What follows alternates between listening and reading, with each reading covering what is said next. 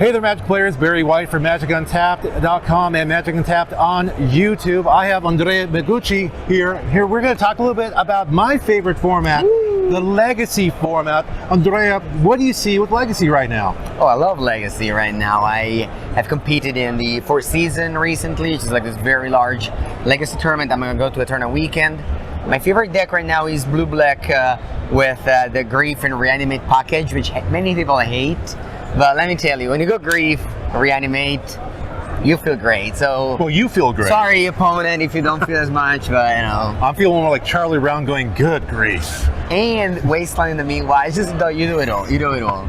I don't know. I'm a big Legacy player. I have a green-blue Omnitel. I have Yorion Death and Taxes. Of course, everybody has Burn. Okay. You know, that's like the gateway drug to Legacy. I think is something like Burn. Just like a real simple thing. But how do you think people can get into Legacy more and keep it just a fun, healthy, great environment for Magic players? Well, obviously you have the reserve list cards, which are very prohibitive. But the way I started, which obviously not everyone has access to friends that can lend them the dual lands, but the way I started was I had my modern deck, which at the time in 2013 was Jund, and I had a friend who was playing blue decks, so he could lend me the Badlands and the Bayou. So I started with playing Jund, and then I won some here and there, and I got to buy my own blue dual land to play, the blue decks, the next level basically.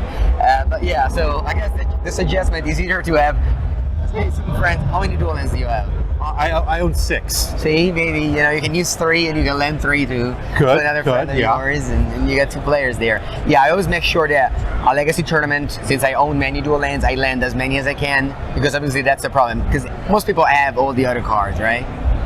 You would think the majority of them, at the very least. I mean, an LED can be kind of hard to come by, but not every deck needs an LED. The fair decks. True. Yeah. But correct me if I'm wrong, though. Dual lands, and I know this is a complaint for a lot of people going like, I would play Legacy, but dual lands are not a hard requirement, are they? Well, there's some decks that don't play them. Well, original duels. Yeah, there's some decks that don't play them. Like, for example, that Shadow only plays 1 Underground Sea, and you can even go without it. Or 8 cast. It doesn't play any reserve list cards. But, the most fun for me to Legacy is Brainstorm. Just casting the card Brainstorm, you don't have that experience in any other format. Brainstorm Fetch Land just gives you that, like, boost of card selection for just 1 mana. It's incredible. I mean, Brainstorm alone in a vacuum is just a phenomenal card anyway. With Fetch Lands is even better. With Fetch Lands, it's a chef's kiss. Yeah. Even better. Well, finally, one final thing is, can you just share just one final thought about the Legacy format? Well, again, it's a format where fair decks are king.